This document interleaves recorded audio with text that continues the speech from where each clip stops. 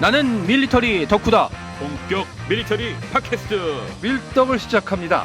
정신의 함께 견해 밀떡 바로 안녕하세요, 박찬준입니다. 안녕하세요. 놀러온 남자 정명섭 정덕입니다. 안녕하십니까. 월간 플래툰 홍편 인사드립니다. 반갑습니다. 혼작입니다. 혼자분이 저 읽을 거예요. 자꾸 이렇게 경례하는데 마지막 안내해 주시고 이거 탈레반식 아. 경례 아니야? 아, 탈레반식. 진짜. 경례 우리 시청자님 그리고 청취자님들 죄송합니다. 청취자 여러분들은 지금 모르시죠? 반성하겠습니다. 모르시는데 네. 우리 시청자님들한테 네. 반성하도록 하겠습니다. 오늘 시간마다 반성이 나오네. 반성.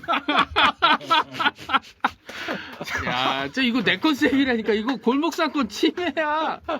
자, 이번 네. 시간은 우리 정 작가님이 네. 그 밀리터리와 관련됐거나 그럼요. 조금 연관이 있는 그런 책들을, 좋은 소재의 책들을 소개시켜주는 네. 그런 시간입니다. 이번 시간에는 어떤 책을 소개시켜 주실까요? 네, 이번 시간에는 프레드릭 맥켄지라는 이제 네. 영국의 기자가 쓴 한국의 독립운동이라는 굉장히 딱딱한 제목인데 원래 그 유명한 그 사진 맥켄지 맞습니다. 기자 네. 그분 맞나요? 맞습니다. 아, 원래 원제는 가슴이 더 뜨거워지네. 네. 무병 사진. 코리아 스파이터 포 프리덤입니다. 네, 이게 뭐 정밀의병 사진, 정밀의병을 취재하면서 사진을 찍었고요. 제가 사실 지난주쯤에 양평에 갔다 왔어요. 그래서 양평의 사학자들과 함께 현지를 답사해서 맥켄지 기자가 이제 제천과 원주를 거쳐서 이제 양근 지역, 지금은 양평군으로 이동했어요. 왜냐하면 이제 제천이랑 원주에 가서 의병을 만나보려고 했는데 의병이 이제 일본군의 토벌을 피해서 이동했다라는 얘기 듣고 양근에 가서 이제 기와집에서 하루 머물고 이제 기와집 머물렀을 때 의병과 만나고 그때 이제 그 우리가 아는 사진과 좀 덜 유명하지만 3명의 의병을 찍은 사진이 있긴 하거든요. 그 사진. 그 다음에 이제 그날 이제 의병을 찾으러 나갔다가 하마터면은 이제 양복 차림이니까 일본 사람을 오해를 받아서 총을 맞을 뻔한 해변이 이제 해안가가 있어요. 그 해안가에서 이제 그 아니라고 하고 그다음에 이제 그 의병들을 이렇게 모아놓고 사진을 찍은 사진이 굉장히 유명한 사진이죠. 아주 유명하죠. 그게 진짜. 이제 그게 이 책에도 나오나요? 이 책에 그 사진을 찍은 정황이 나오고 있어요. 근데 그 책에 언제 찍은 날짜도 나오나요? 혹시? 찍은 날짜는 안 나오고 대략 안타깝다. 1907년 뭐 이 정도로 나오는데 1907년만 알죠, 저도. 네, 그리고 이제 유추해 보면은 이제 연구자들이 이제 시간이랑 그다음에 향토사학자들이 그 장소를 어딘지 우리한테 안내를 해줬어요. 그 오빌리 근처에 장소다라고 했는데 문제가 이 사진이 이제 뒷산의 산모습을 보고 유출해야 되는데 너무 바뀌었죠 지금. 왜냐면 이제 숲이 너무 그때는 민둥산이었고 그렇죠. 지금 뭐 숲이 너무 많고 뭐 전신지도 올라가 있고 결정적으로 해당 지역이 원래는 이렇게 낮은 해안가였는데 이제 뭐 팔당댐이 쌓이면서 이제 퇴적물이 쌓이고 그다음에 도로랑 이제 집을 짓기 위해서 일종의 흙을 넣어서 이제 복토 위로 쌓아 올린 거예요. 그래서 이제 각도가 맞지 않는다라고 했는데 그게 이제 현지 향토 사학자들의 주장이고 그다음에 이제 뭐 1973년 이전에 이제 지도랑 확인을 해보니까 해안가 쪽으로 조금 확장이 돼 있는 건 맞는데 그건 이제 조금 더 여러 가지 확인을 좀 해봐야 어쨌든 되는 별개 입장이다. 얘기지만 사실 90년대 2000년대 초에 헐리우드에서 전쟁 6.25 관련 영화를 찍으려고 네네. 한 적이 있었는데 그때 클린트 이스트우드가 기획을 했더랍니다. 그래서 우리나라에서 현지에서 찍으려고 그랬는데 포기했어요. 왜냐? 그냥 우리나라 설정성 오면은 우리나라에 와서 찍으면은 그 6.25 때 그 풍경을 찍을 수 있게 착각을 했는데 없죠. 와 보니까 이건 완전히 딴 세상이더라. 너무 발전했어. 그렇죠. 그래가지고 로켓을 찾다가 포기했다는 소문이 있어요. 하긴 뭐 충분히 이해가네요. 그렇죠. 야, 한국 전쟁의 클린트 이스트우드 상사 정도였으면 굉장히 잘 불후의 전쟁 영화가 나올 수 있었을 텐데. 불행히도 결국은 그냥 플랜으로만 끝났은 듯합니다. 네, 그래서 시원하네요. 책은 뭐 그냥 거의 번역서 수준이라 그렇게 재미있거나 그러진 않거든요. 왜냐면 이게 번역 굉장히 오래전 번역이라서 책은 구해볼 수 있습니다. 온라인 서점에서 주문을 하시면. 근데 이제 이게 그런 게 있어요. 그러니까 저 같은 사람이 이렇게 맛깔나게 막 MSG 팍팍팍팍 쳐서 하는 거는 이제 좀 재밌긴 한데 역사적 가치는 많이 떨어지죠. 왜냐하면 저는 책을 팔아야 되는 입장이라 좀 그렇죠. 복잡하고 어려운 옛날 얘기는 빼버리는데 맥켄지 기자가 쓰고 이제 번역을 그대로 이제 했던 경우는 그냥 거의 원어 그대로 나오기 때문에 당시의 역사적 상황과 그 역사적 상황을 바라보는 이제 외국인의 눈길을 그대로 볼 수 있어요. 맥키지가 어디 나라 사람이에요? 영국 데일리 메일 기자인데 사실은 음. 그 스코틀랜드계를 본인으로 이제 정체성을 삼고 있고 그 캐나다 퀘벡주 사람이에요. 퀘벡.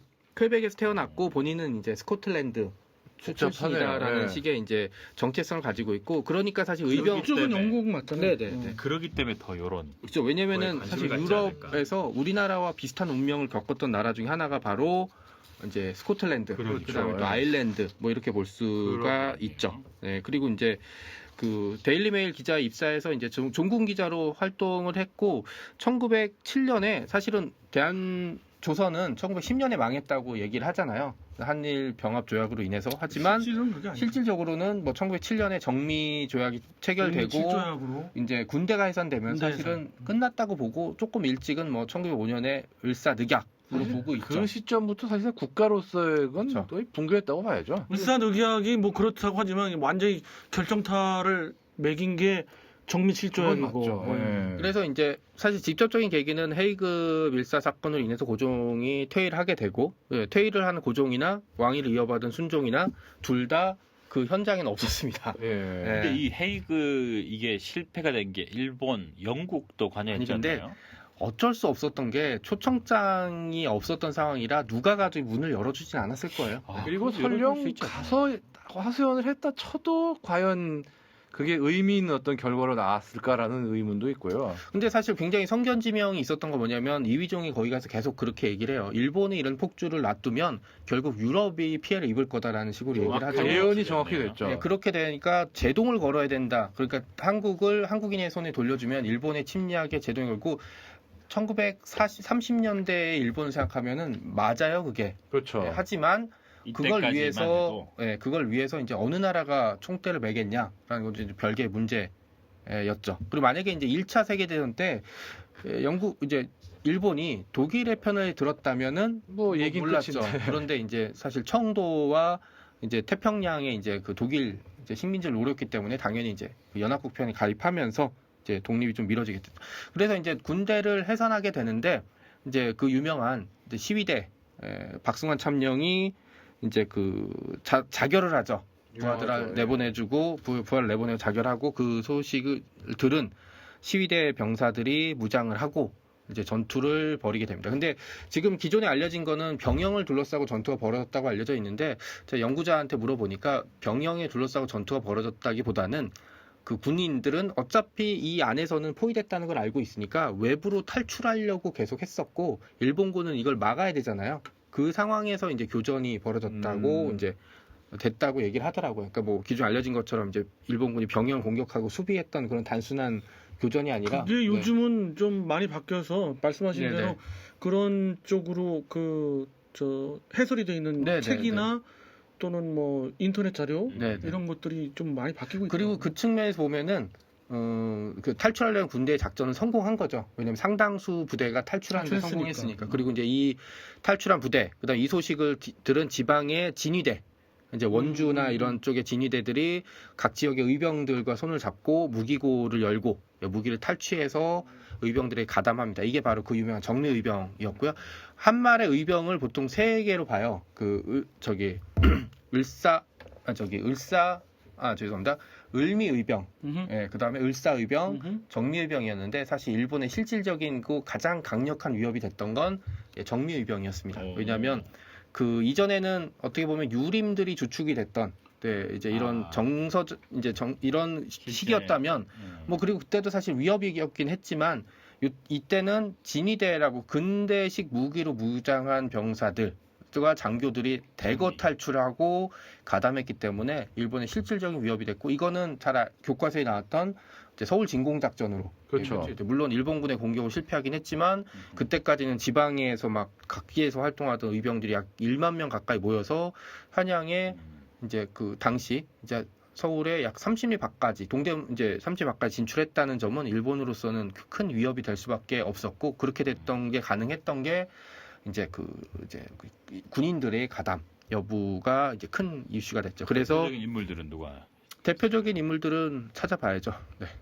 왜냐하면은 근데 그 당시 뭐 대표적인 인물 뭐 어떤 그 지휘관의 어떤 그 유명한 뭐 이런 게 중요한 게 아니라 그 각계병 한 분 한 분이 탈출을 해서 의기투합해서 나라를 되찾자는 네. 그런 마음으로 모여서 만여 명이 만 명이 채 안 되는 걸로 알고 네네. 있는데 그런 서울 진공작전까지 그렇죠. 갔다는 거가 중요한 거죠. 그리고 한 가지 더 중요했던 게 뭐냐면 이것 때문에 일본이 그 유명한 남한 대토벌 작전을 벌이는 굉장히 잔혹한 대토벌 그렇죠. 작전이었고 이런 식의 이제 토벌 작전은 사실 봉오동 청산리에도 그대로 이어지게 되거든요.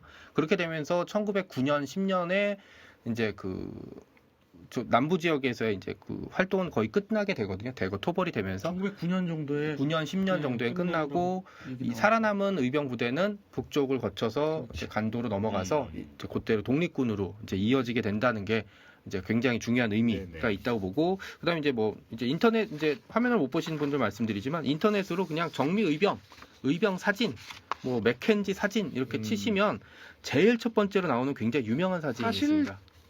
실질적으로 그 시대에 찍은 거의 유일에 가까운 의병 사진 아닌가요? 맞습니다. 왜냐면은 일본군도 찍은 사진인데 일본군은 그냥 약간 생포한 의병들을 모아놓고 그렇죠, 찍은 예. 사진이라 뭐 군사적인 그런 건 없고 사진이 이제 그날 아침에 의병을 찾기 위해서 이제 강가를 따라서 걷는다고 이제 책에 나오거든요. 걷고 있는데 이제 그 앞서가던 이제 사람들이 이제 갑자기 이제 쏘지 마 막 이렇게 얘기하고 여기 영길리 대인이야 막 이렇게 소리를 치면서 이제 보니까 의병들이 이제 아까 말씀드린 것처럼 이제 일본 사람인 줄 알고 총을 쏘려고 막 준비하고 있었던 상황이었어요. 그래서 이 사진이 중요한 게 우리가 이제 국군의 모태가 독립군이라고 이제 네네, 어떤 선언을 했잖아요. 네네. 그런 독립군이 태동하게 된 근본적인 어떤 근본이 되는 사진일 수도 있거든요. 그 저는 개인적으로 취미가 이런 1차 세계대전 전역이랄지 2차 세계대전 전역에 의미가 담긴 사진들을 좀 모으고 그 사진을 좀 확대해서 거기에 대한 디테일한 부분을 포착을 해서 그 당시에 어떤 실질적으로 이랬구나라는 걸 이건 팩트니까요. 사진이니까. 그렇죠. 그걸 하는데 이 사진도 굉장히 노력을 했어요. 근데 그 안타까운 것 중에 하나가 1907년은 알겠는데 네. 몇 월 달 정도까지만 알았으면 싶었는데 네. 그 아마 자료가 4월에서 6월 사이였던 거는 이제 맥켄지 기자가 이제 출발을 했던 예. 거니까 나오는데 안타까운 게 연구자 얘기로는 맥켄지 기자가 예를 들어서 2월 3일 날 어디 거쳐서 이렇게 써야 되는데 한국에 대한 지명에 대한 이해도가 없으니까 지명도 좀 틀리고 충주랑 청주랑 헷갈린 것 같다. 뭐 이런 식이라 이게 지명이 왔다 갔다 해요. 그렇죠. 마지막 지역이 원주에서 제천인가 원주로 갔다가 그 다음에 이제 여기 의병 없다고 얘기를 듣고 이제 양근으로 넘어가서 거기서 이제 그 부근의 강가에서 의병을 만났다. 그때 이제 그 맥켄지 기자를 일본인을 오해하고 총을 쏠 뻔했던 의병들이 이제 모여서 여기 책에서 보면 강가에서 만나서 사진을 찍었다라는 장면. 근데 이제 많은 분들이 오해하는 게 여기 가운데 검은색 옷을 군복을 입은 하고 칼 들고 있는 사람이 많은 사람인데 해상군인으로 오해를 하시잖아요. 그렇죠. 네, 많이 저도 얼마 오해하게 전까지 됐죠. 알았는데 군복 자체는 일본군 군복이에요. 아, 노획품이구나. 네, 맞습니다. 왜냐면은 당시 대한제국 군복의 외투는 단추가 5개였다고 하더라고요. 아. 근데 여기 보시면은 6줄이죠. 6개. 맞네요. 네. 이 인물이 그러니까 국군 출신이었다고 생각을 하는 게 칼을 들고 있는 자세의 폼은 네네. 훈련받은 폼이에요. 이거는. 그래서 양근 지역이나 이제 향토사학자들이 이 추정하는 인물들이 몇 명 있어요. 시위대나 아니 근데 시위대의 네. 그 복장으로 봤을 땐 진짜 5개가 맞아요? 네네. 단추 5개. 그럼 분명 아니죠. 일본 군복이 맞는 것 같네요. 네, 근데 네. 오히려 더 이게 더 의미가 있는 거죠. 왜냐면 일본군 실제로 사살하고 왜냐면 그렇죠. 일본군이 그냥 야 옷 바꿔 입자고 축구 경기 끝날 때처럼 가그럴 건 아니고 분명히 노획품이에요 이거. 그렇죠. 그리고 이 사진에 대해서 의미는 정말 대단한 게 여기 보시면 연령대가 또 맞습니다. 네, 그러네요, 어린 진짜. 소년스러운 분, 제가 그다음에 나이 드신 네네. 분들도 나오고. 제가 제일 주목하고 있는 친구 분이 이분이 저기 그 검은색 가장 군복을 나이 입은 어린- 옆에 네. 그러니까 이제 스터디 맥켄지 잡고. 기자 책에 14세에서 16세 정도로 진짜 보이는 그 정도네요, 소년이 진짜. 조악한 총을 들고 이제 있다. 지금 장면이 나오거든요. 사슴총인 것 같아요. 이분이 들고 있는 게 제가 네네. 보기에는. 그리고 이제 그 검정색 군복 외투를 입으신 분의 오른쪽에 있는 분의 든 총은 탄띠라든지 상태를 보면 이제 그 신식 소총, 그렇죠. 이런 기병총 것 같고, 계열. 네. 네. 그런 식의 다양한 의병의 복장과 상태를 볼 수 있는 유일한 사진이죠. 네. 그리고 여기 그 짊어진 이제 어깨에 이렇게 맨 건 네. 아마 그 군량미 아닐까요? 그러겠죠. 그런 게, 네. 네, 그렇죠. 그리고 이 사진이 이제 그 미스터 선샤인의 이제 거의 마지막 장면에서 재현되는데 거기는 약간 했죠. 첩첩산중인 느낌을 표현을 했고 이 검은색 군복을 입으신 분은 대한제국 군복을 입은 이제 사람 주인공 등장인물로 이제 바꿔서 나타냈는데 어쨌든 신경을 써서 바꿔냈다라는 부분. 저도 이제 굉장히 주목하고 있는 사진 중에 하나입니다. 이 사진이 일본도가 일본이 아니구나. 일본 일본도는 군도네요. 아니에요. 일본 군도네요. 일본 군도 맞아요? 맞는 것 같아요, 왠지. 그러면 이 사진은 확실히 이제 일본 군복이 맞네요. 그 시대에 일본이 군도는 서양식이긴 했거든요. 네네. 그러니까 이게 네. 요번 우리 그 밀떡 팟캐스트의 아주 중요한 사실 중에 저도 하나. 사실은 얼마 전까지 몰랐다가 이제 몰랐어요. 현지 답사를 할 때 이제 그 전공하시는 분이 이제 실제 사진이랑 보여주면서 네. 이거 현지 답사도 합니까? 현지 답사 이게 양평 네네. 지역으로 갑니까? 그래서 이제 향토사학자 분들이 저희를 안내해 주셔서 아하. 이제 그 맥켄지 기자가 머물렀다고 추정되는 숯불갈비집 어디예요? 거기가 이제 시장 안에 있었던 명함은 받아왔죠. 네, 그리고 이제 그래서 그 상량문을 확인해 봤더니 상량문 자체는 1960년으로 돼 있어요. 경자년 단기로 표시돼 있었는데. 그러니까 그 옛날에는 주막이나 이런 걸 하던 집이 나중에 네네. 지금- 근데 이제 지금까지 건물 이어졌던 자체는 그 전에 이제 한번 개조를 한 흔적이 있었기 그렇겠죠. 때문에 예. 뭐 더 오래된 집으로 유추를 해볼 수 있고 현지에서 거기서 태어난 사람이 그 이전에 태어났다는 기록이 그 증언을 들었기 때문에 그 부분은 조금 연구를 해봐야 되고 그다음에 이제 오빈리 근처에 이제 주유소 근처에서 그 사진을 찍었고 사진이랑 대차 대조를 해봤는데 높이가 안 맞는 부분이 좀 안타까워요. 그리고 이제 거기서 몇 군데 더 보여주긴 했는데 이제 뭐 그거는 현지 향토사학자들의 주장과 실제 그 자료 사진들은 다시 봐야 되는데 저도 이제 좀 사실은 최근에 관심이 좀 많아지고 제가 사실은 그 근본이 이제 역사 소설가라 제가 할 수 있는 게 사람들한테 이제 이걸 기억시키는 건데 요 등장 사진 속의 인물 중에 한 명을 주인공으로 해서 이제 소설을 한번 써볼까라고 이제 조금 생각 중입니다. 몇 번째인지는 누구를- 비밀입니까? 제 생각에는 네. 소년 같아. 네 맞습니다. 아무래도 그게 제일 왜냐면은 제가 보기에는 이 어린 소년이 나왔던 거 분명히 가족과 연관이 있거든요. 그렇죠, 아무래도. 네, 그리고 이제 뭐 혹시 총이 아버지 화승총이면 아버지의 총일 수도 있고 네, 그리고 이제 이 사람은 이제 왜 일본군의 군복을 어떻게 노획했을까 네, 이런 것들 그 보통 이렇게 쓰실 때 상상을 어떤 식으로 합니까? 그러니까 전체 이야기를 다 구상해놓고 하십니까? 아니면 그러니까 자료들을 최대한 다 모아놓고요. 모아놓고 네, 그 다음에 이제 한쪽에서 맥켄지 기자가 이제 머릿속에서 어디엔가 출발하는 거죠. 제천 원주 거쳐서 네, 뭐 일본을 정말 싫어해요 이분이. 그래서 일본군 지휘관이 폭도들은 투벌됐다 그랬더니 속으로 이제 책에서 정말로 일본 폭도들이라고 볼 수 있어? 그리고 책 제목이 코리아 프리덤 파이터잖아요. 네, 그런 식으로 일본에 대해서 하고 당시 대부분의 기자들이 그냥 일본군 따라다녔어요. 그렇죠. 네, 여기서도 그때 그 다들 위험하다 그랬어요. 조선 사람들도 그냥 따로 다니다가는 왜냐하면 복장이 양복 차림이면 일본 사람으로 생각하기 때문에 멀리서 보면은 영길리 사람인지 일본 사람인지 모르기 때문에 모르죠. 죽을 수 있다. 그리고 실제로 확실한 건 아닌데 본인이 지나가다 자기를 겨냥한 총소리를 몇 번 들었다고 해요. 네, 근데도 불구하고 의병을 찾아서 사진까지 찍었다는 건 이건 정말로 사실 기자 정신의 그렇죠. 표상이죠.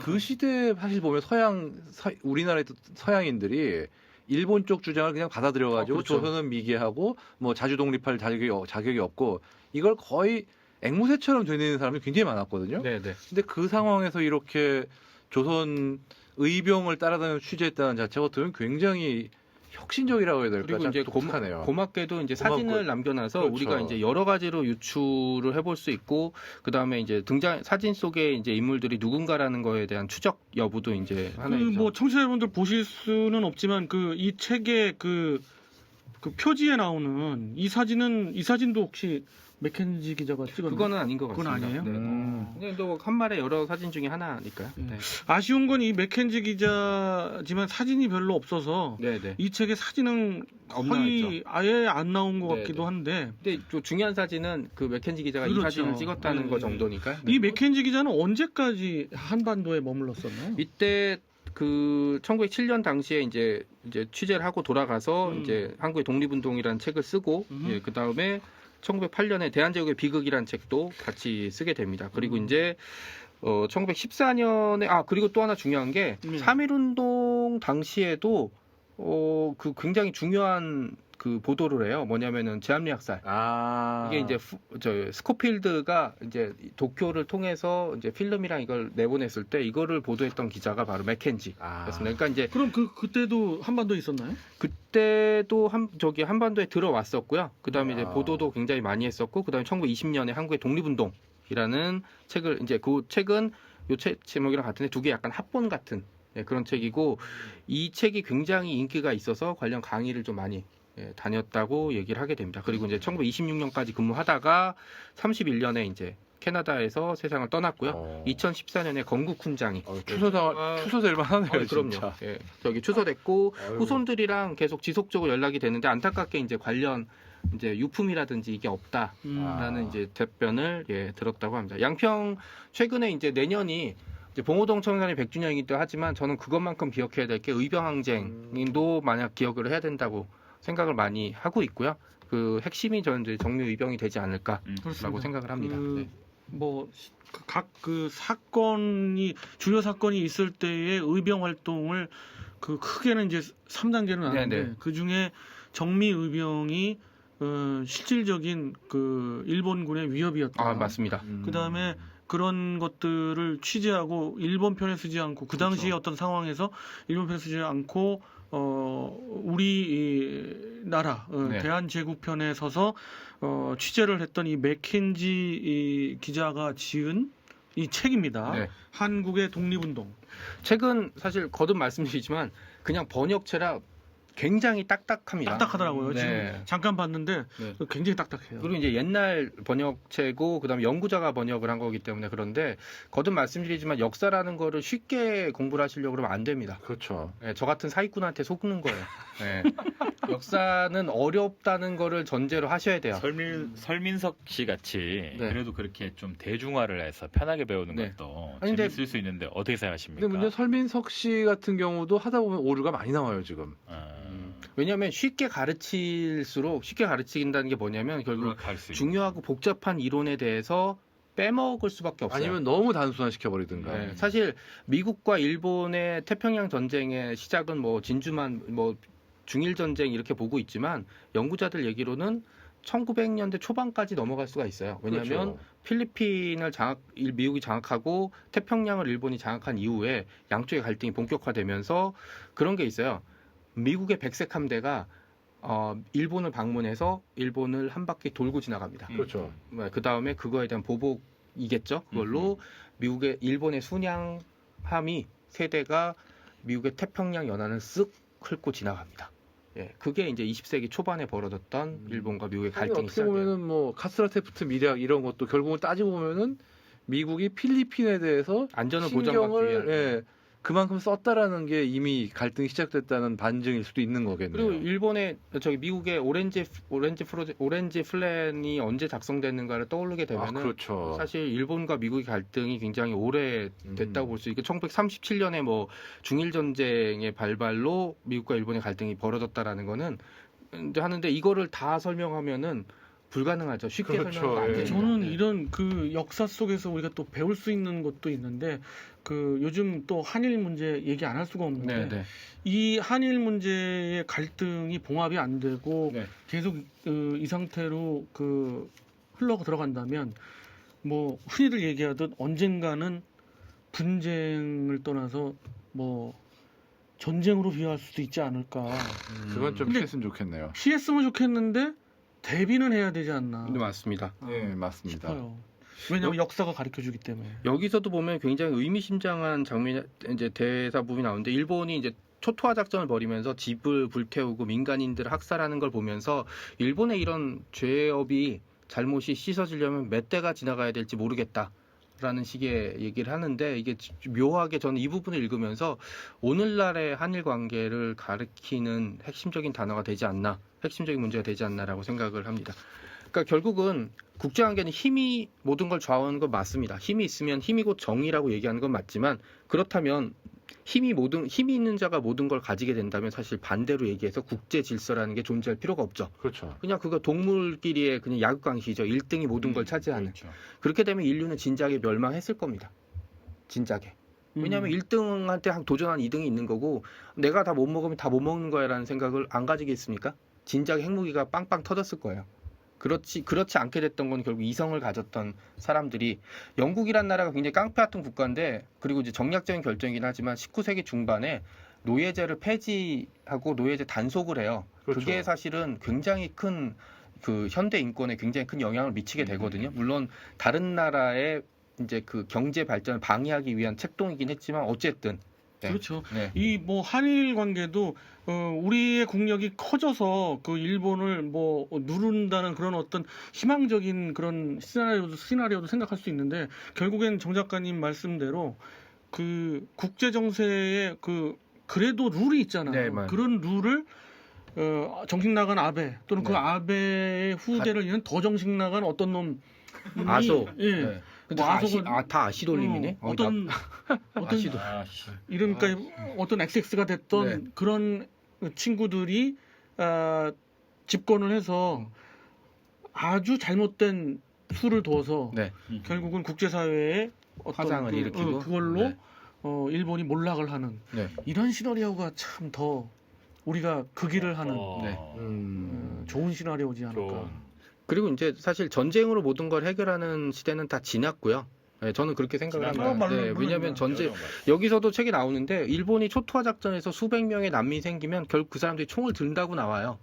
네, 그게 단기적으로는 그런 초토화 작전 효과를 볼 수 있겠지만 결국은 장기적으로 보면 하나의 도움도 안 되거든요. 전쟁을 끝내려고 과격한 수단을 썼는데 그게 더 많은 적들을 만드는 일이 빈번해지고 있다는 건 이미 이 책에서도 나오고 있거든요. 그래서 좀 그 일본의 많은 젊은이들이 그 상해나 이런 들 여행하다가 네. 잘 여행은 않지만 여행하다가 이렇게 자기네 그 일제 시대 때 제국군이 네. 그 일본군이 그 저질렀던 만행들을 네. 사진으로 보고 굉장한 충격을 받는 데잖아요.